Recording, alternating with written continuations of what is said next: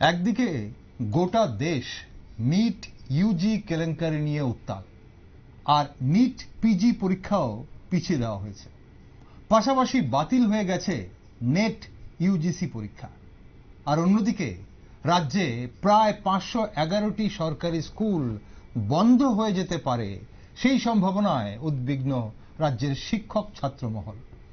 এছাড়াও বিদ্যাজ্যোতি প্রকল্পের আওতাধীন বিদ্যালয়গুলো এবছরের ফলাফল ছিল চরম হতাশাজনক। ছাত্রছাত্রীরা এই স্কুলগুলো ছেড়ে অন্যত্র ভর্তি হবার খবর শোনা যাচ্ছে, আর তা নিয়ে উত্তাল রাজ্যের শিক্ষাঙ্গন। নিট ইউজি কেলেঙ্কারির কারণে এনটিএর সুষ্ঠু ও নিরাপদ পরীক্ষা পরিচালনার ক্ষমতা নিয়ে প্রশ্ন তুলেছে অনেক রাজনৈতিক দল ও তাদের শাখা সংগঠন। তাদের মধ্যে অন্যতম এসএফআই। বামপন্থী ছাত্র সংগঠন এসএফআই সম্পূর্ণভাবে এনটিএ কে ভেঙে ফেলার আহ্বান জানিয়েছে। এছাড়াও রাজ্যের শিক্ষা ব্যবস্থার নানান সমস্যা নিয়ে প্রায় রাস্তায় নেমে আসে এসএফআই। আগামী 4 জুলাই রাজ্যের সকল শিক্ষা প্রতিষ্ঠান বন্ধ রাখার আহ্বান জানিয়েছে এসএফআই। কেন এই আহ্বান, কি দাবি এসএফআই, কেন এই দাবি রাখছে সংগঠন, তা বিস্তারিত জানতেই আমাদের আজকের এই বিশেষ টক শো। নমস্কার, আমি দীপেন, আর আপনারা দেখছেন নিউজ ভ্যানগার্ড। রাজ্য ও দেশের শিক্ষা ব্যবস্থার নানান বিষয় নিয়ে এসএফআই এর অবস্থান নিয়ে আলোচনা করতে আজ আমার সাথে এই মুহূর্তে স্টুডিওতে রয়েছেন এসএফআই এর রাজ্য সম্পাদক মণ্ডলীর সদস্য অলোক দেব। স্বাগত অলোক আপনাকে। নমস্কার অলোক, সোজা সাপটা প্রশ্ন, 4 জুলাই রাজ্যের বিদ্যালয় বা শিক্ষা প্রতিষ্ঠান বন্ধ রাখার আপনারা ডাক দিয়েছেন, কেন? এটা যেমন রাজ্যের অনেকগুলো সমস্যা আছে, তার সাথে আমাদের সারা রাজ্যব্যাপী এবং সারা দেশব্যাপী অনেক সমস্যা আছে।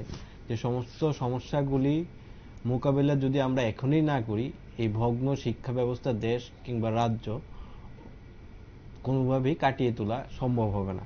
কারণ আমরা অনেক প্রতিবাদ আন্দোলন করেছি, ডেপুটেশন দিয়েছি, তাদের সাথে কথাবার্তা বলেছি, কিন্তু কোনো রকমেরই আমাদের বিভিন্ন দাবির কোনো রকমের তারা সঠিক দিক নির্দেশ দিতে পারলো না। সভাপতি, আমি রাজ্য থেকে যদি আমি শুরু করি, রাজ্যে শিক্ষা ব্যবস্থা গত 6 বছরে তার করুণ অবস্থা, ভেঙে পড়া শিক্ষা ব্যবস্থা বানিয়েছে এই বিজেপি এবং ত্রিপুরা জোট সরকারে। আমরা লক্ষ্য করেছি রাজ্য সরকার গঠিত হওয়ার পর থেকেই আমাদের এখানে শিক্ষা ব্যবস্থার মধ্যে বরাদ্দ দিন দিন বাজেটে কমিয়েছে। তার ফলশ্রুতি তারা বিভিন্ন স্কুলগুলি যে গ্রামে গঞ্জে বামফ্রন্ট সরকার তাদের সময়কালে তৈরি করেছিল, সেই সমস্ত স্কুলগুলির মধ্যে যাতে প্রত্যন্ত গ্রামে একটা হলেও ছাত্র সেই স্কুলে যাতে পড়ার সুযোগ সুবিধা পেয়ে যায়, সেই সুবিধা করার জন্য বামফ্রন্ট সরকার তখন তথস্থ ছিল। কিন্তু সেই সমস্ত স্কুলগুলি এখন বন্ধ করার পরিকল্পনা এই সরকার নিয়েছে। এই ইদানিং সময়ে আমরা পশ্চিম ত্রিপুরা, তারপর উত্তর ত্রিপুরা এবং দক্ষিণ ত্রিপুরায়ও নানা স্কুল বন্ধ করেছে। এর মধ্যে 511টি স্কুল বন্ধ করার তাদের তালিকা নিয়েছে, এবং এই স্কুলগুলি বন্ধ করে স্কুলের প্রায় 3300 জন ছাত্রছাত্রী স্কুলে পড়াশোনা করে তাদের একত্রীকরণ করে এই এলাকার মধ্যে আরেকটি স্কুলের মধ্যে তাদের একত্রীকরণের ব্যবস্থা করছে। তাতে দেখা দিচ্ছে যে আমরা দেখছি একদিকে স্কুলের মধ্যে শিক্ষক নেই বললে চলে। এই অজুহাতে যদি আমরা বলি স্কুল বন্ধ, তাহলে দিন দিন শিক্ষা ব্যবস্থার করুণ অবস্থা। আমরা আরেকটু স্পষ্টভাবে ব্যাপারটা বোঝার চেষ্টা করব অলোক আপনার কাছে। আমরা প্রথমে যেটা জানতে চাইব যে আপনারা শিক্ষা প্রতিষ্ঠান বন্ধ রাখার আহ্বান জানিয়েছেন কি কি দাবিকে সামনে রেখে, বা কেন আহ্বান করেছেন আপনারা? আপনি বলছেন, শুরুতে আপনি যেটা বললেন, যতটুকু বললেন যে আপনাদের মতে 6 বছর রাজ্যের এই সরকার, বর্তমান সরকারের আমলে শিক্ষা ব্যবস্থা ভেঙে পড়েছে আপনি বললেন। ওকে, আপনাদের দাবি কি তাহলে? কেন এই আহ্বান, এই ভেঙে পড়েছে বলেই আপনাদের এই শিক্ষা প্রতিষ্ঠান বন্ধ রাখার আহ্বান, নাকি এর পিছনে কোনো দাবি আছে? আগামী 4 তারিখ আমরা সেই ধর্মঘটের দাবি, মূলত এই দাবিগুলির মধ্যে একটা প্রধান দাবির মধ্যে একটা, রাজ্যের মধ্যে স্কুল বন্ধ করা চলবে না। এই স্কুলগুলি যে 511টি স্কুল নির্দেশ দিয়েছে বন্ধ করার, যে আমরা খবর পেয়েছি, এই স্কুলগুলি কোনোভাবে বন্ধ করা চলবে না। তার তারপর যে বিদ্যাজ্যোতি প্রকল্প নিয়েছে, বিদ্যাজ্যোতির নামে যে ছাত্রদেরকে এক প্রকার অর্থনৈতিকভাবে লুণ্ঠন করার চেষ্টা করছে এবং শিক্ষা ব্যবস্থাকে পঙ্গু করার যে চেষ্টা করছে, তার বিরুদ্ধে আমাদের প্রতিবাদ। তারপর আমরা নিট পরীক্ষার ফলাফলে যে কারচুপি হয়েছে, যে দুর্নীতি হয়েছে সারা দেশব্যাপী, তার প্রতিবাদে আমাদের এই বন্ধের আহ্বান আমরা ধর্মঘটের দায়িত্ব দিয়েছি। পুরো দেশব্যাপী এবং আমাদের রাজ্যে সমস্ত শিক্ষা প্রতিষ্ঠান সেই ধর্মঘটের আহ্বান দিয়ে ছাত্রছাত্রীরা স্কুল বন্ধ রাখার আমরা আহ্বান দিচ্ছি। এই আমাদের দাবিগুলির মধ্যে এইগুলি আছে। ওকে, তাহলে যতটুকু আমরা জানতে পারছি যে আপনাদের 4 তারিখের শিক্ষা প্রতিষ্ঠান, সব ধরনের শিক্ষা প্রতিষ্ঠান বন্ধ রাখার আহ্বান আপনারা করেছেন, বিশেষ করে নিট দুর্নীতিকে বা নিট কেলেঙ্কারির আহ্বে। এক 2 হচ্ছে আপনাদের এই যে রাজ্যে যে স্কুলগুলো বন্ধ হবে, 511টা স্কুল বন্ধ হবে বলে একটা খবর ছড়িয়েছে, সেটা কোথা থেকে ছড়িয়েছে বা কি হয়েছে সেটা আমরা আর একটু বিস্তারিত যাব। সেটা আপনারা বলছেন স্কুল যেন বন্ধ না হয় তার জন্য, এবং এছাড়া বিদ্যাজ্যোতি স্কুলের যে ফিজ বা বিদ্যাজ্যোতি স্কুলের যে পরিকাঠামো তার উন্নয়নের জন্য আপনারা এই আহ্বান রেখেছেন। এখন প্রশ্ন হচ্ছে, আমি সেগুলোর বিস্তারিত যাওয়ার আগে এখনো কি অলগ মনে হয় আজকের এই ডিজিটাল যুগে বন্ধ করে কোনো দাবি আদায় করা যায়? মানে সেটা আমরা জানতে চাইছি, এখনো কি বন্ধ শিক্ষা প্রতিষ্ঠান বন্ধ রেখে শিক্ষা প্রতিষ্ঠানের উন্নয়ন হবে? মূলত ব্যাপার হচ্ছে বন্ধ বা আমরা বন্ধ তো ডাকিনি, আমরা ধর্মঘট ডাকিয়েছি। বন্ধ টোটালি একটা আলাদা বিষয়, ধর্মঘটও একটা আলাদা বিষয়। আমরা ধর্মঘট ডাকিয়েছি। এই ধর্মঘটে আমাদের, আপনার যে প্রশ্ন হচ্ছে আমরা ধর্মঘট কেন ডাকেছি, আমরা কেন বাধ্য হয়েছি এই ধর্মঘট ডাকা। যখন সরকার আমাদের কোনো রকমের দাবিগুলোর কোনো কর্ণপাত করতে অনীহা প্রকাশ করছে, আমরা শেষ সম্বলটুকু গণতন্ত্রের এবং সাংবিধানিকও এটা হাতিয়ার, আমরা সেই ধর্মঘটের পথটি বেছে নিই। আমরা এই স্কুলগুলি বন্ধ করার ক্ষেত্রে রাজ্যের শিক্ষা ব্যবস্থা চরম ভেঙে যাচ্ছে। এই আমাদের নিট ইউজিসি এই সমস্ত কেলেঙ্কারি হচ্ছে। আমরা এতগুলি দাবি, এতগুলি সমস্যা হচ্ছে, সরকারকে বলছি কি আপনাদের কি এই পদক্ষেপ, এই বন্ধ কেন করা হবে, এই বন্ধের বদলে তাদের শিক্ষা ব্যবস্থার উন্নয়নের তহবিলের উন্নয়ন করার আপনার কি পরিকল্পনা আছে, এই সমস্যাগুলি সমাধানের জন্য আপনাদের কি দাবি আছে, সমাধানগুলি হচ্ছে না কেন, কোন রকমের বিন্দু মাত্র তাদের কাছে উত্তর পাচ্ছিলাম না। তখনই আমরা আলটিমেটলি আমাদের সংগঠন দেশব্যাপী এবং রাজ্য জুড়ে এই সিদ্ধান্ত নিচ্ছে, যখন সরকার এই ছাত্রদের কোন রকমের কথাই শুনছে না, কর্ণপাত করছে না, এবং আমাদের এই মুহূর্তে আমাদের দেশের সংসদ চলছে, লোকসভা রাজ্যসভা দুটোই চলছে, দুটোর মধ্যে নিট পরীক্ষা বাতিল হলো কেন, সারা দেশের শিক্ষা ব্যবস্থা চুরমাচুর পথে, তবু আমাদের সরকার, দেশের কেন্দ্রীয় সরকার কিংবা আমাদের বর্তমান রাজ্য সরকার এই বিষয়ে আমাদের সংসদেও 1 ঘন্টার জন্য আলোচনার জন্য তারা প্রস্তুত হয়নি। এ থেকে স্পষ্টতর আমরা বুঝতে পারছি তারা শিক্ষা ব্যবস্থাকে কোনো রকম ভাবেই আরো দৃঢ় এবং গুণগত শিক্ষা যাতে পৌঁছে দেওয়া যায়, ছাত্রছাত্রীদের সমস্যার সমাধান যাতে করা যায়, সেই দিকে বিন্দুমাত্র তাদের কোনো লক্ষ্যই পাওয়া যাচ্ছে না। তারা এই সমস্ত ব্যাপারটিকে দূরে সরিয়ে দিয়ে অন্যান্য বিষয়গুলি নিয়ে আসার চেষ্টা করছে। বিরোধীরা দাবি করছে এই বিষয় নিয়ে আলোচনা, কিন্তু তারা করছেই না। তাহলে আমরা সেই জায়গায় দেখি সরকার যদি এইরকম ভাবে অবহেলী আচরণ থাকে, তাহলে আমরা এই ধর্মঘট যেতে আমরা বাধ্য হয়েছি, তার জন্যই আমাদের এই ধর্মঘটটা রাখা। ওকে, এখন কথা হচ্ছে যে শিক্ষা খাতে আমরা নিটের বিষয়টা আসবো। আপনি বললেন যে সংসদে আলোচনা হচ্ছে না, এখন নিটের বিষয়টার আগে আমরা একটু রাজ্যে একটু দেখে নিই যে এই যে স্কুল বন্ধ হয়ে যাচ্ছে আপনারা বলছেন, বা এর একটা খবর ছড়িয়েছে, এখন কথাটা হচ্ছে সরকারি তরফ থেকে কি কোনো ধরনের নোটিফিকেশন এসছে স্কুল বন্ধের? 1 2 যে স্কুলগুলো আপনি শুরুতেই বলছিলেন যে বামফ্রন্ট আমলে কিছু স্কুল করা হয়েছিল, যে রাজ্যের প্রত্যন্ত এলাকার একটি ছাত্র যেন শিক্ষার অধিকার থেকে বঞ্চিত না হয় তার জন্য কিছু স্কুল করা হয়েছে। এখন স্কুল বিল্ডিং করা, ইনফ্রাস্ট্রাকচার করে দেওয়া, সেটাই কি শুধু একমাত্র স্কুল? মানে স্কুলের ডেফিনিশনটা কি সেটাই?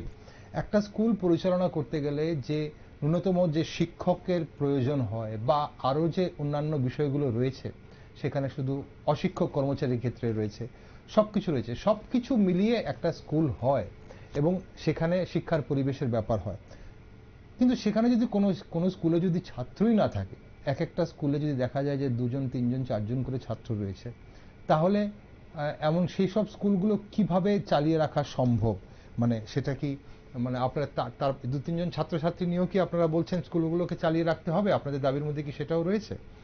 আর 2 হচ্ছে যে বিদ্যাজ্যোতি প্রকল্প নিয়ে যে আপনারা প্রশ্নগুলো করছেন, সেগুলো সরকার কি ধরনের সিদ্ধান্ত নিচ্ছে বা দপ্তর কি ধরনের সিদ্ধান্ত নিচ্ছে, তা সবসময় কি সংগঠনকে জানানোটা কি সরকারের দায়বদ্ধতার মধ্যে পড়ে কি?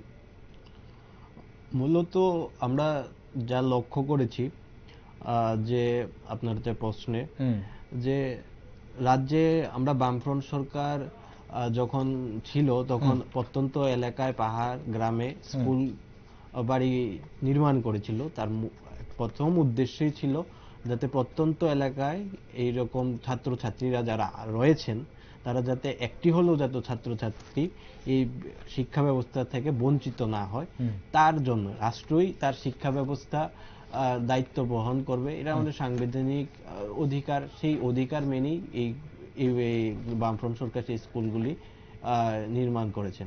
এখন স্কুলগুলির মধ্যে মূলত ছাত্রছাত্রীর সংখ্যা কম, এটা যদি এটার জন্য যদি আমি মনে করি স্কুল বন্ধ করে দেওয়া হবে, তাহলে তো এটা মোটেই শিক্ষা ব্যবস্থার জন্য ভালো খবর হবে না। কেন বলছি?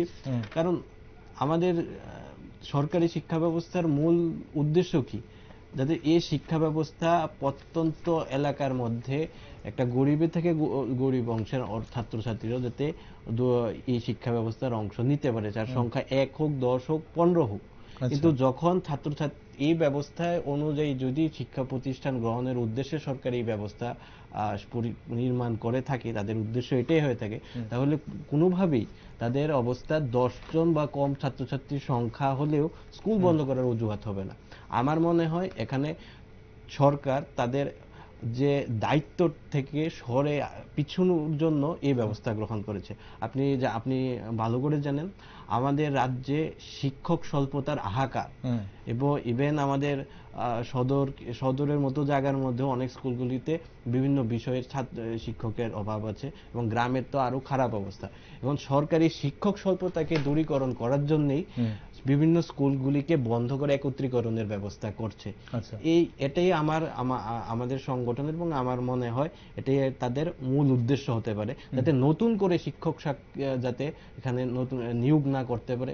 সরকারের কাছে যে নতুন শিক্ষক নিয়োগ করার একটা প্রশ্ন আছে, সেই প্রশ্নটা যাতে তারা পিছিয়ে যেতে পারে, নতুন শিক্ষক না নিতে পারে, সরকারের আর্থিক ব্যবস্থা এই বিষয়টা। আপনি যে বিষয়টা বললেন অলোক, আমি আসবো আপনার কাছে, কিন্তু এই মুহূর্তে আমাদের সঙ্গে আমরা চেষ্টা করছিলাম একটু কথা বলার ত্রিপুরার সরকারি শিক্ষক সমিতির সাধারণ সম্পাদক আশিস চৌধুরী, জিবি রোড ত্রিপুরা সরকারি শিক্ষক সমিতির সাধারণ সম্পাদক জিবি রোডের আশিস চৌধুরীর সাথে। উনি জুড়ে গেছেন এই মুহূর্তে আমাদের সঙ্গে। আশিস বাবু, আপনি শুনতে পাচ্ছেন আমাকে?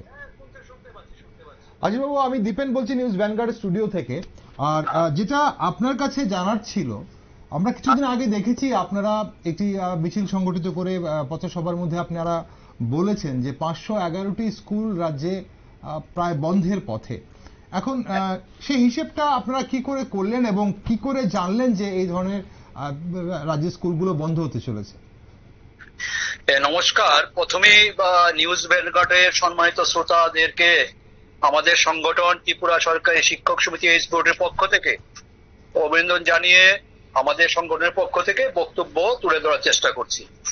মূলত যে 511টি স্কুল, তার মধ্যে পশ্চিম ত্রিপুরা জেলায় 160টি স্কুল, উত্তর ত্রিপুরা জেলায় 183টি স্কুল এবং দক্ষিণ ত্রিপুরা জেলায় 168টি স্কুল, মোট 511টি স্কুলের যে আমরা পেয়েছি, এটা যে জেলার যে ডিস্ট্রিক্ট এডুকেশন অফিস বা জেলা শিক্ষা আধিকারিক অফিস থেকে বিভিন্ন আইএস গুলোতে পাঠানো হয়েছে এই যে তথ্যগুলো বা বিভিন্ন পাঠানো, ওইখান থেকে যে কপিগুলো আমরা পেয়েছি তার মারফত আমরা বলছি যে এটা এইগুলো পাওয়ার পরে আমরা বিশেষ করে দুটো জেলাতে, পশ্চিম ত্রিপুরা জেলা এবং উত্তর ত্রিপুরা জেলার জেলা শিক্ষা আধিকারিকের সাথে আমরা প্রতিনিধিত্বমূলক ডেপুটেশনে মিলিত হই, এবং ওনারা উভয় ক্ষেত্রে এটা ওনারা করেছেন, স্বীকার করেছেন যে ওনারা এটা করেছেন করে ওনারা এটা পাঠিয়েছেন বিদ্যালয় শিক্ষা দপ্তরকে ওনাদের বিবেচনার জন্য, ওরা প্রস্তাব আকারে পাঠিয়েছেন। কিন্তু যেভাবে প্রস্তাবে পাঠিয়েছেন এটা ধরে নেওয়া যায় এটা মাত্র 3টা জেলা পেয়েছি আমরা 511। যদি 8টা জেলা আসে সংখ্যাটা কত হবে? 13,000 2,000 যাবে। ধলাই জেলা একটা বিশাল বড় জেলা, বিভিন্ন স্কুল আছে, এরকম দলে পড়ে আমার ধারণা এটা। কিন্তু যে জিনিসটা এসছে এটা উত্তর ত্রিপুরা জেলার জেলা শিক্ষা আধিকারিক, পশ্চিম ত্রিপুরা জেলার দায়িত্বপ্রাপ্ত জেলা শিক্ষা আধিকারিক, ওনারা যার সত্যতাটা স্বীকার করেছে।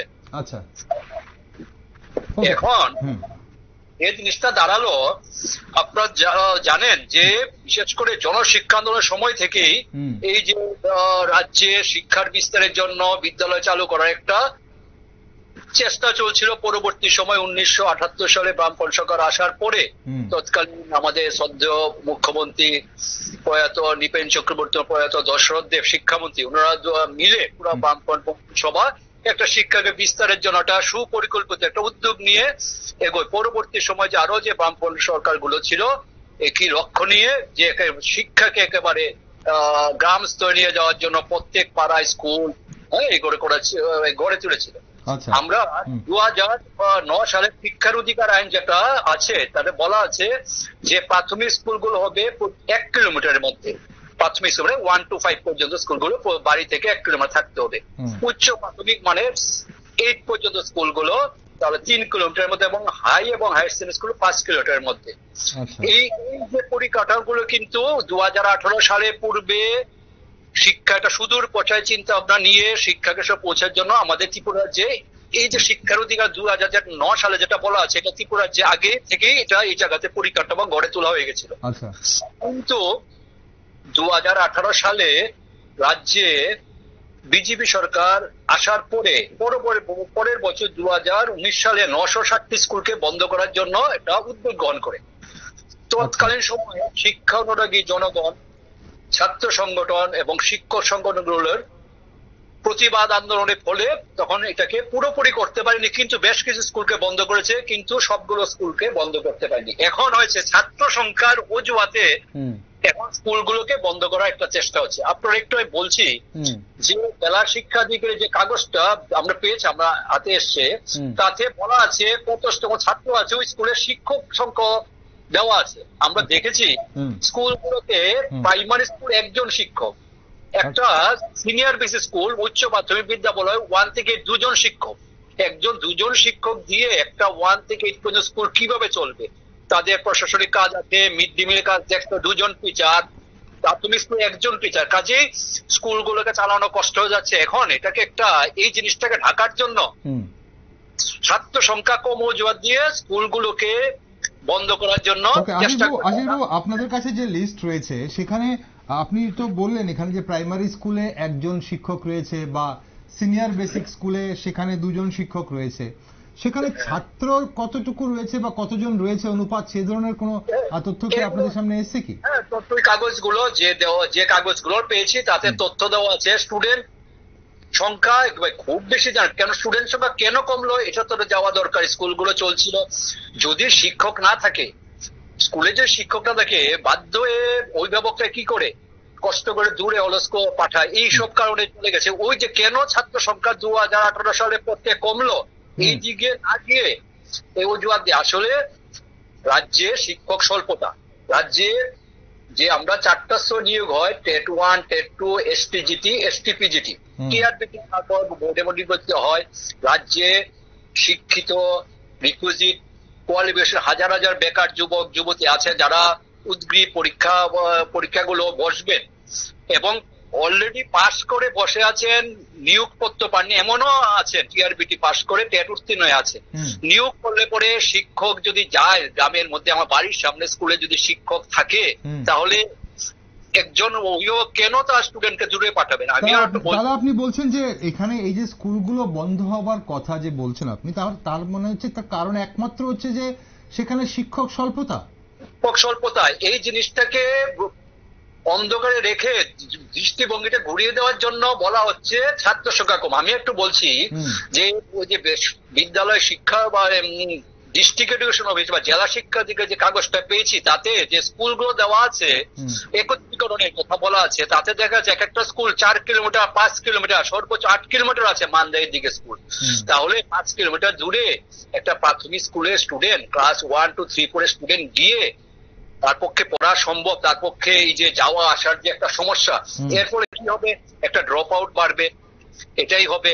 আরো দেখা যাচ্ছে, আপনারা জানেন যে মাদ্রাসা স্কুলগুলো পঠন পাঠন পদ্ধতি একটু অন্যরকম। এই মাদ্রাসা স্কুলগুলোকে সাধারণ যে আমাদের স্কুলগুলোর সাথে একত্রীকরণ করে দেওয়া হয়েছে। বাংলা মিডিয়ামের স্কুলকে নিয়ে ইংরেজি মিডিয়াম স্কুলের সাথে যোগ করে দেওয়া হয়েছে। একটা স্টুডেন্ট, একটা ছাত্র ক্লাস 3 বা পড়ে বাংলা মিডিয়াম পড়ে সে ক্লাস উপরের কাছে ইংলিশ মিডিয়াম, সে কি করবে? তার পক্ষে এখানে বেশ কষ্ট হবে, একটা অসুবিধা হবে, এরকম একটা অবস্থার মধ্যে নিয়ে হয়েছে। নন বিদ্যাজ্যোতি স্কুলকে নিয়ে বিদ্যাজ্যোতি স্কুলের সাথে মিলিয়ে দেওয়া হয়েছে, এরকম অবস্থা, দূরত্ব। আশিসবাবু, আমি আরেকটা শেষ জায়গায় আপনার কাছে চাইবো, আলোকপাত চাইবো, যে স্কুলগুলোকে বন্ধ করে দেওয়ার কথা আপনারা বলছেন, আপনারা বলছেন যে জেলা শিক্ষা দপ্তর থেকেও সেখানে সেগুলোকে স্বীকার করে নেওয়া হয়েছে। এখন সেই স্কুলগুলোতে যারা শিক্ষকরা রয়েছে তাদেরকে কি করা হচ্ছে? তাদের জন্য কি ব্যবস্থা করা হচ্ছে? তাদের কি অন্য স্কুলে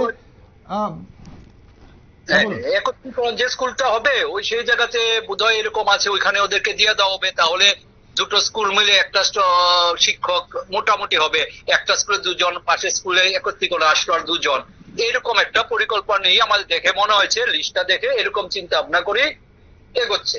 ওকে, অসংখ্য ধন্যবাদ আশিস বাবু সঙ্গে থাকার জন্য আমাদের। অসংখ্য ধন্যবাদ। দর্শক বন্ধুরা, এতক্ষণ আমাদের সঙ্গে ছিলেন আশিস চৌধুরী, ত্রিপুরা সরকারি শিক্ষক সমিতির সাধারণ সম্পাদক আশিস চৌধুরী ছিলেন। আর আমরা অবশ্যই কথা বলছি, আমাদের সঙ্গে আজ অলোক রয়েছেন। অলোক, এই যে কথাগুলো বলা হচ্ছে যে 511টি স্কুল 3টি জেলায়, এখন বলা হচ্ছে যে শুধুমাত্র এই শিক্ষক স্বল্পতার কারণে বলা হচ্ছে স্কুলগুলোকে বন্ধ রাখা হবে। এটা কি করে হয়? শিক্ষক স্বল্পতা বলছেন, তো শিক্ষক তো ওখানে যারা স্কুলগুলোতে রয়েছে। এখন স্কুলগুলোতে যদি থাকে, যেখানে একত্রিত করে যে স্কুলগুলোকে অন্য কোনো যেগুলো থাকবে স্কুল, সেখানে শিক্ষকদের নিয়ে যাওয়া হবে, তাহলে কেন যে স্কুলগুলো বন্ধ করা হচ্ছে সেই স্কুলগুলোতে ছাত্র বাড়ানোর চেষ্টা হচ্ছে না? এখন এটা তো প্রশ্ন হচ্ছে সরকারের শিক্ষা ব্যবস্থাটাকে আরো জনগণের সহজলভ্য করে তোলার সরকারি আরো ভালোভাবে প্রয়াস দরকার। কিন্তু আমরা ঠিক তার উল্টো দেখছি যে সরকারি শিক্ষা ব্যবস্থা যাতে জনগণ যাতে না পেতে পারে সে সমস্ত রকমের জিনিসগুলা তারা প্রয়োগ করছে। স্কুল বন্ধ করে দেওয়া, স্কুলগুলিতে বিদ্যাজ্যোতির নামে 2000 টাকা করে ফিস দেওয়া, উন্নত শিক্ষার নামে অনুন্নত শিক্ষা পরিবেশন করা। এখন এর একটা মূল কারণ হচ্ছে আমি যদি সমস্ত স্কুলগুলি বন্ধ করে দেই সরকারি, তাহলে কি হবে? সরকারি শিক্ষা ব্যবস্থা যে ব্যাপ্তি ছিল তা অনেকটা সংকুচিত হয়ে যাবে। সরকারকে শিক্ষক স্বল্পতা দূরীকরণে যে সমস্যাটা ভুগতে হচ্ছে, শিক্ষক স্বল্পতা, তার সমস্যা হ্রাস হয়ে যাবে। তার ফলে কি হবে? আরো বেকার যুবক আরো বেশি বেকার হবে। এবং এই সরকারি ব্যবস্থা যখন সংকুচিত হবে, তখন সরকারের এটা উদ্দেশ্য হচ্ছে যে তার ফলে যাতে প্রাইভেট বেসরকারীকরণের মাধ্যমে বেসরকারি শিক্ষা প্রতিষ্ঠান মাথা গুঁজে দাঁড় হতে পারে, এই ব্যবস্থার জন্য এই সরকারি ব্যবস্থা গ্রহণ করছে। তাতে কি সুবিধা হবে সরকারের? তাতে এই সুবিধা হবে যাতে গরিব অংশের মানুষ যাতে শিক্ষা থেকে বঞ্চিত হতে পারে এবং যার কাছে পয়সা আছে, টাকা আছে, তারই শিক্ষা ব্যবস্থায় অংশগ্রহণ করতে পারবে, এরকম ব্যবস্থা দিচ্ছে। তার আমি এই সূত্র ধরেই আমি যদি জাতীয় স্তরে যাচ্ছি, জাতীয় স্তরে যে এনটিএ ব্যবস্থা করা হচ্ছে, এটা এনটিএ ব্যবস্থাটা আমেরিকার যে একটা পরীক্ষা আছে, তারাও এরকম একটা ব্যবস্থার মাধ্যমে সেন্ট্রালাইজ পরীক্ষার মাধ্যমে সেটা অনুকরণ করে, হ্যাঁ, টেস্টিং এজেন্সি ভারতবর্ষে এটা প্রতিষ্ঠা। কিন্তু আমেরিকা যে ব্যবস্থা করেছে এটা সেন্ট্রালাইজড হলেও তারা এটা সমস্ত তাদের ফেডারেল গভর্নমেন্টের কর্মচারীরা প্রায় 10-15 হাজার সেই দেশের কর্মচারীরা সারা দেশব্যাপী এই পরীক্ষাটা কন্ডাক্ট করে, সরকারি ব্যবস্থা। কিন্তু আমাদের এনটিএ ব্যবস্থার মধ্যে মাত্র 21 জন কর্মচারী, সরকারি কর্মচারী এই সমস্ত ব্যবস্থাটাকে মনিটাইজ করছে, ব্যবস্থিত করছে। এবং কিভাবে তারা করছে? কোনো সরকারি ব্যবস্থা না, পরীক্ষাটা এনটিএ সরকারি শিক্ষকরা বা কোনো প্রফেসররা করে দিচ্ছে, কিন্তু যে পরীক্ষা ব্যবস্থাটা হবে, যে কেন্দ্রে হবে, তার জন্য তারা বিভিন্ন টেন্ডারের মাধ্যমে বিভিন্ন শিক্ষা প্রতিষ্ঠানের কাছে এই টেন্ডারের মাধ্যমে নানা জায়গা পরীক্ষার ব্যবস্থা করে। এই কারণে এই প্রশ্নপত্রগুলি ফাঁস হচ্ছে, এবং এই প্রশ্নপত্রগুলি ফাঁস হওয়ার ক্ষেত্রেও তাদের একটা উদ্দেশ্য আছে। এখন প্রশ্নপত্রগুলি কোথায় ফাঁস হচ্ছে? যে বড় বড় টাকা দিয়ে, অনেক বড় বড় প্যাকেজ দিয়ে, বড় বড় ইনস্টিটিউশনে, প্রাইভেট ইনস্টিটিউশন যেখানে বিভিন্ন কম্পিটিটিভ পরীক্ষার জন্য পড়াশোনা করানো হয়, সেই জায়গায় এই সমস্ত ইনস্টিটিউশনের কাছে, যেখানে ছাত্ররাই তারা যে সমান নাম্বার হয়েছে 720, 720, এই সমস্ত একই সিরিয়ালে, তারা ওই একই ইনস্টিটিউশনের ছাত্র। অর্থাৎ কি হচ্ছে, মানে অর্থাৎ এই যে ইনস্টিটিউশনগুলিতে, প্রাইভেট ইনস্টিটিউশন কারা করছে? যাদের কাছে লাখ লাখ টাকা দিয়ে, কোটি কোটি টাকা দিয়ে ইনস্টিটিউশনে পড়ার সুবিধা পাচ্ছে, পারবে, তারা এই ইনস্টিটিউশনে পড়ার সুযোগ সুবিধা নিতে পারছে। আর যাদের কাছে টাকা নেই, অর্থ নেই, কিন্তু তার মধ্যে মেধা আছে, ও তার থেকেও বেশি হতে পারে তার মেধা, কিন্তু সুবিধা না থাকার কারণে এই ব্যবস্থা যখন তার পড়াশোনার সুযোগ পাচ্ছে না, তখন এই ডিসক্রিমিনেশন এনটিএ ব্যবস্থাই করছে। অর্থাৎ শিক্ষা ব্যবস্থাটাকে কোনো মতে যাতে গরিব বংশের ছাত্রছাত্রীরা যাতে অংশগ্রহণ না করতে পারে, তারা যাতে এই সরকারি ব্যবস্থায় না আসতে পারে, তার জন্য এনটিএ ব্যবস্থা। এবং তার লেজুর ভিত্তি করে আমাদের ত্রিপুরা রাজ্যের শিক্ষা ব্যবস্থাকে প্রত্যেকটি স্কুল, গ্রামান্তরীণ স্কুলগুলি বন্ধ করে দেওয়ার পরিকল্পনা করছে, যাতে বেসরকারি যে ছোট ছোট ব্যাঙের ছাতাগুলি, এগুলি আরো বৃদ্ধি পাচ্ছে। এই উদ্দেশ্য। অলোক, আমরা যখন স্কুল বন্ধ করে দেওয়ার ব্যাপারটা খুব একটা মানে খুব গুরুতর বিষয়, ব্যাপারটা খুব গুরুত্বপূর্ণ বিষয়, এবং এটা নিয়ে অবশ্যই শিক্ষক ছাত্র মহল বা অভিভাবক মহলও কিন্তু উদ্বিগ্ন রয়েছে। এখন প্রশ্ন হচ্ছে যে আমরা যে কথাগুলো বলছি, যে বা কিছুক্ষণ আগে যে বলছিলেন এবং আশিসবাবু বলছিলেন, যে সেই জনশিক্ষা আন্দোলন থেকে শুরু করে রাজ্যব্যাপী বিভিন্ন জায়গায় বা বিভিন্ন প্রত্যন্ত এলাকায় যারা রয়েছেন ছাত্রছাত্রীরা, তারা যেন শিক্ষা লাভ করতে পারেন, তার জন্য 1 কিলোমিটারের মধ্যে স্কুলের ব্যবস্থা, প্রাইমারি স্তরে, বেসিক, সিনিয়র বেসিক স্তরে 3 কিলোমিটার, এবং 5 কিলোমিটারের মধ্যে মাধ্যমিক এবং উচ্চ মাধ্যমিক স্কুলের যাতে ব্যবস্থা করা হয়। এবং এখন প্রশ্ন হচ্ছে, একই জায়গায় বলা হচ্ছে যে একটা স্কুল গঠন করা হয়েছে, কিন্তু স্কুলে কোনো ধরনের পানীয় জলের ব্যবস্থা নেই, সেখানে বাথরুমের কোনো ব্যবস্থা নেই বা ওয়াশরুমের কোনো ব্যবস্থা নেই। এই ধরনের অনেকগুলো আমরা শুনতাম। এখন সেগুলো কতটুকু কারণ হতে পারে? যারা ছাত্রছাত্রী নেই, ছাত্রছাত্রীরা হয়তো সেখানে বাড়ির পাশে স্কুল রয়েছে, সেখানে না গিয়ে 1 কিলোমিটার বা 2 কিলোমিটার দূরে আরেকটি স্কুল রয়েছে, সেই স্কুলে যাচ্ছে। এই ধরনের অভিযোগ শোনা যায়। তাহলে সেই স্কুলটাকে খুলে রেখে দিয়ে সরকারি খরচ করানোর কি মানে আছে? সেটাকে বন্ধ করে যেখানে ছাত্ররা বা ছাত্রীরা যাচ্ছে, যে 2 কিলোমিটার দূরে স্কুলটাতে, সেখানে গেলে কি সমস্যা আছে? এবং সেখানে যদি শিক্ষকদের স্ট্রেংথ বাড়ানো হয় এবং সেই স্কুলটাকে যদি আরো প্রাধান্য দেওয়া হয়, তাহলে তাতে কি সমস্যা আছে?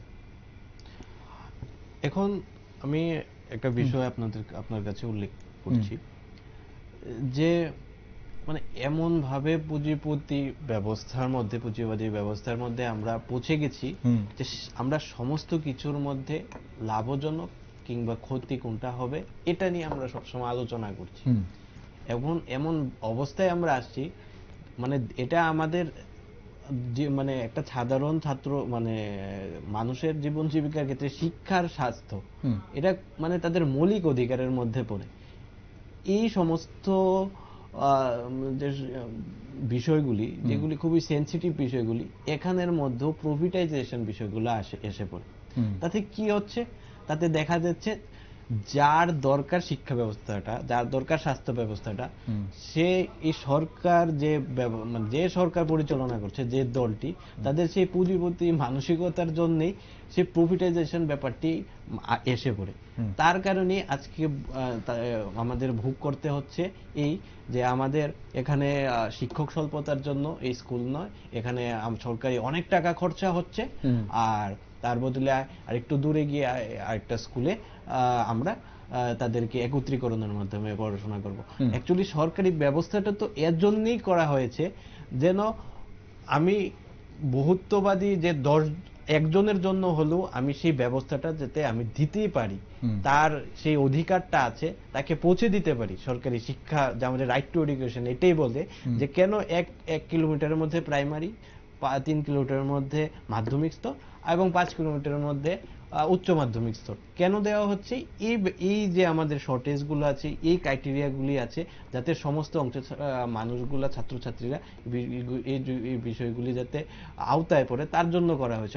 এই বিষয়গুলির মধ্যে যদি কোনটা ক্ষতি, কোনটা হলে মানে আমাদের লাভ হয়ে যাবে, তাহলে তো শিক্ষা ব্যবস্থা এবং জনগণের জন্য সরকার না, এটা তো প্রফিটাইজেশনের জন্য বা পুঁজিপতিদের জন্য সরকার হয়ে যাবে। মানুষের জন্য কোথায় সরকার কাজ করবে? এখন আমরা এখানে 511টি স্কুলের কথা বলা হচ্ছে 3টি জেলায়, আরো বাকি যে জেলাগুলো রয়েছে সেগুলোর হিসাব এখনো আমাদের কাছে আসেনি। যদিও আশিসবাবু যেটা বলছিলেন যে প্রায় 1,500 স্কুল হতে পারে যদি সবগুলো জেলাকে মেলানো হয়, এবং এই হিসেবটা যদি সবগুলো জেলার থেকে আসে, বিশেষ করে ধলাই জেলাকে বাদ রাখা হয়েছে এখানে। এই 3টি জেলার মধ্যে ধলাই জেলায় নেই, ধলাই জেলা একটা বিরাট বড় জেলা।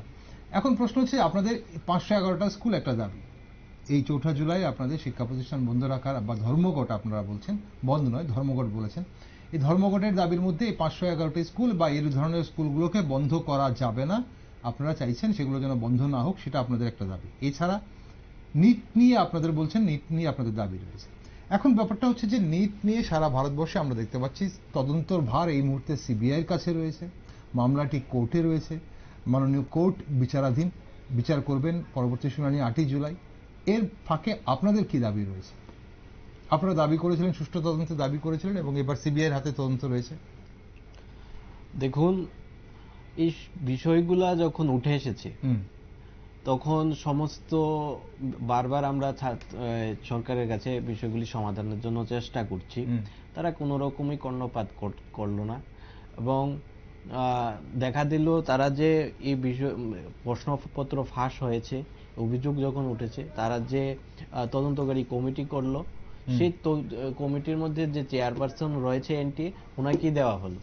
এবং শিক্ষামন্ত্রী গত 2014 থেকে যে শিক্ষামন্ত্রী রয়েছিলেন, উনি এখন শিক্ষামন্ত্রী, উনাকেও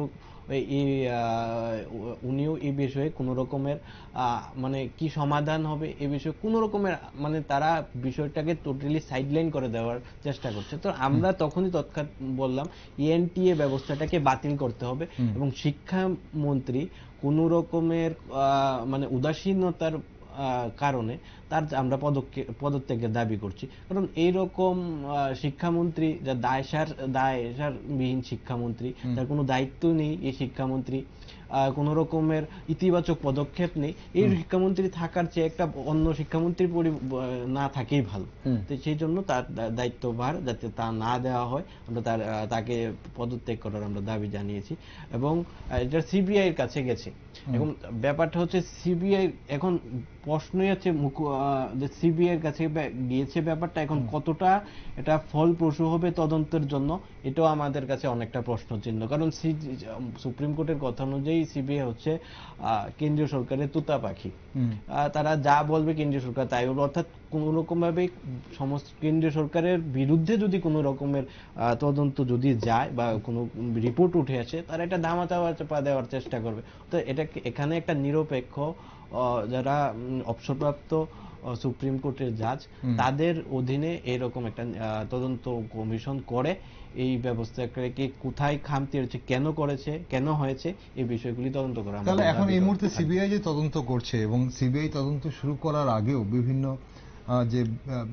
বিভিন্ন রাজ্যের পুলিশ যেভাবে নিজের তরফ থেকে তদন্ত করে এই যে ধরপাকড়গুলো হয়েছে বা বিভিন্ন অ্যারেস্ট হয়েছে, বিভিন্ন গ্যাংয়ের লোক অ্যারেস্ট হয়েছে, স্কুলের প্রিন্সিপাল থেকে শুরু করে প্রতিষ্ঠানের সঙ্গে যুক্ত এরকম অনেকেই কিন্তু অ্যারেস্টও হয়েছে। তাহলে তাতে কি আপনারা বলছেন সন্তুষ্ট না? মানে তাহলে তদন্ত সঠিক পথে এগোচ্ছে না বললে আপনারা মনে করছেন সিবিআই তদন্তের উপর আপনারা সন্দিহান? এটা স্বাভাবিকভাবে সিবিআই যে ট্র্যাক রেকর্ড বিগত দিনগুলিতে রয়েছে তার প্রশ্নচিহ্ন রয়ে যায়, তার জন্য আমরা সন্দিহান। তার জন্য আমরা নিরপেক্ষ তদন্তের দাবি জানিয়েছি। এই পদ্ধতি অবলম্বন যদি করে তাহলে আমরা অনেকটা খুশি হব। কিন্তু সরকার তো এই বিষয়ে মনে হচ্ছে যে তদন্ত তো আলাদা বিষয়, কিন্তু ওই বিষয়টাকে কিভাবে তারা সমাধান করবে আজ পর্যন্ত তাদের শিক্ষামন্ত্রী কিংবা প্রধানমন্ত্রী, দেশের প্রধানমন্ত্রীর কাছে সংসদে দাবি জানিয়েছে এই বিষয়ে আলোচনা করার জন্য। তাদের কি প্রস্তাব, কি করবে এই বিষয়ে, তারা কোনো রকমের কর্ণপাত করলো না, কোনো রকমের বিষয় নাই। অর্থাৎ এখানে কেউ স্পষ্ট বোঝা যাচ্ছে তাদের শিক্ষা ব্যবস্থাটাকে সুদৃঢ় করা তাদের মূল উদ্দেশ্য না, শিক্ষা ব্যবস্থাটাকে আরো সংকটজনক, আরো ভেঙে দেওয়ার জন্যই এই সরকারের নানা রকমের ব্যবস্থা করছে, শিক্ষা ব্যবস্থা যেন বেসরকারীকরণের হাতে চলে যায়। এবং এই সমস্ত বিষয়গুলি দেশে শিক্ষা ব্যবস্থা যখন ভেঙে পড়ছে, আমরা শেষমেশ আমরা ডিসিশন নিয়েছি যে সারা দেশব্যাপী আমরা সেই ধর্মঘট ডাকবো আগামী 4 তারিখ জুলাই মাসে। সারা দেশব্যাপী ধর্মঘট, ব্যাপক অংশের ছাত্রছাত্রীরা আমরা এই ধর্মঘটে সাড়া দিয়ে সারা দেশব্যাপী প্রত্যেকটা শিক্ষা প্রতিষ্ঠান বন্ধ রাখবে, এই আমাদের আশা থাকবে। আপনারা ছাত্র সংগঠন, আপনাদের আহ্বানে ছাত্রছাত্রীরা সাড়া দিলেও আপনাদের আশা অনুযায়ী শিক্ষক সংগঠন কি আপনাদের সঙ্গে সাড়া দেবে বলে আপনারা মনে করেন? আমরা আশাবাদী সমস্ত শিক্ষক সংগঠনই এই আমাদের সারায় অংশগ্রহণ করবে, এই আমাদের বন্ধে সামিল হবে। কারণ এটা যেহেতু শুধু ছাত্রদের ভবিষ্যতের প্রশ্নেই এই দাবি, এই ধর্মঘট নয়, এটা শিক্ষকদের ভবিষ্যৎ কিংবা পুরো গোটা শিক্ষা ব্যবস্থার ভবিষ্যতের উপর নির্ভর করছে এই গোটা যে সমস্ত কলেঙ্কারী শিক্ষার যে ভঙ্গুর ব্যবস্থাটা আসছে। এই ধর্মঘটে সমস্ত অংশের সংগঠনগুলি, শিক্ষক সংগঠনগুলি আমাদের এই ধর্মঘটে সাড়া দেবে দারুণভাবে। আমরা আপনি বিদ্যাজ্যোতি স্কুলের কথা বলছিলেন বারবার, বিদ্যাজ্যোতি স্কুলের ফিজের কথা বলছিলেন বারবার। বিদ্যাজ্যোতি স্কুলের এই বছরের যে ফলাফল, ছাত্রছাত্রীদের ফলাফল বিভিন্ন স্কুলের, বিদ্যাজ্যোতি স্কুলগুলো, তা অবশ্যই হতাশাজনক এবং তা নিয়ে উদ্বেগ প্রকাশ করেছে শিক্ষক মহল, অভিভাবক মহল এবং বিভিন্ন মহল, রাজনৈতিক মহল অবশ্যই উদ্বেগ প্রকাশ করেছে। সেটা একটা শোচনীয় ফলাফল এবছর দেখা গেছে। কিন্তু বিশেষজ্ঞরা এটাও বলছেন যে যে কোনো নতুন কোনো যখন পরিকল্পনা হয় বা নতুন কোনো সিস্টেম যখন চালু করা হয়, তার শুরুটা অনেক সময় এমন হয় যে কিছু কিছু ঘাটতি থাকে বা ঘাটতি থাকে। আগামী দিনে সেগুলো নিশ্চয়ই সেই ঘাটতিগুলো মিটিয়ে একটা ভালো জায়গায় যাওয়ার চেষ্টা করবে।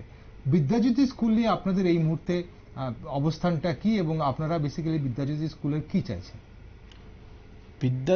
বিদ্যাজ্যোতি স্কুলগুলি প্রথমে 100টা স্কুলের অধীনে আনা হয়েছিল, রাজ্যের বনেদি স্কুলগুলিকে। তারপর পরবর্তী সময় আরো 25টি স্কুল বাড়ানো হয়েছিল।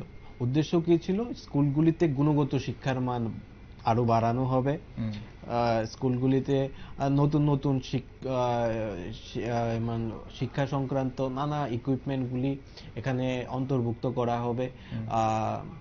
তো আমরা প্রথম ভেবেছিলাম এই শিক্ষা ব্যবস্থা তো দারুণ উদ্যোগ নিয়েছে, ভালো হবে, কিন্তু তার সঙ্গে সঙ্গে তারা বলল যে তাদেরকে ফিও দিতে হবে এই স্কুলে পড়াশোনা করার জন্য। তার বিরোধিতা করেছিল, কিন্তু এই বিরোধিতা তো কর্ণপাত তারা করলই না। এই দাবি অনীহা, তারা কোনোভাবেই এটার কোনো রকম ভাবে সুরাহা করতে চায়নি আমাদের দাবি অনুযায়ী। কিন্তু পরবর্তী সময়ে আমরা অপেক্ষা করলাম, ঠিক আছে তারা এই ব্যবস্থা নিল, কি হবে।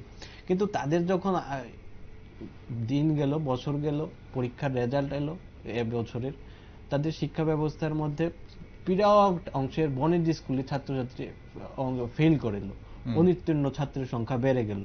এটাই তো সবচেয়ে বড় প্রশ্নচিহ্নের মুখে, যে গুণগত শিক্ষার বদলে কি আমাদের শিক্ষা ব্যবস্থাটাকে আরো ভেঙে দিয়েছে এই বিদ্যাজ্যোতি প্রকল্পের মাধ্যমে।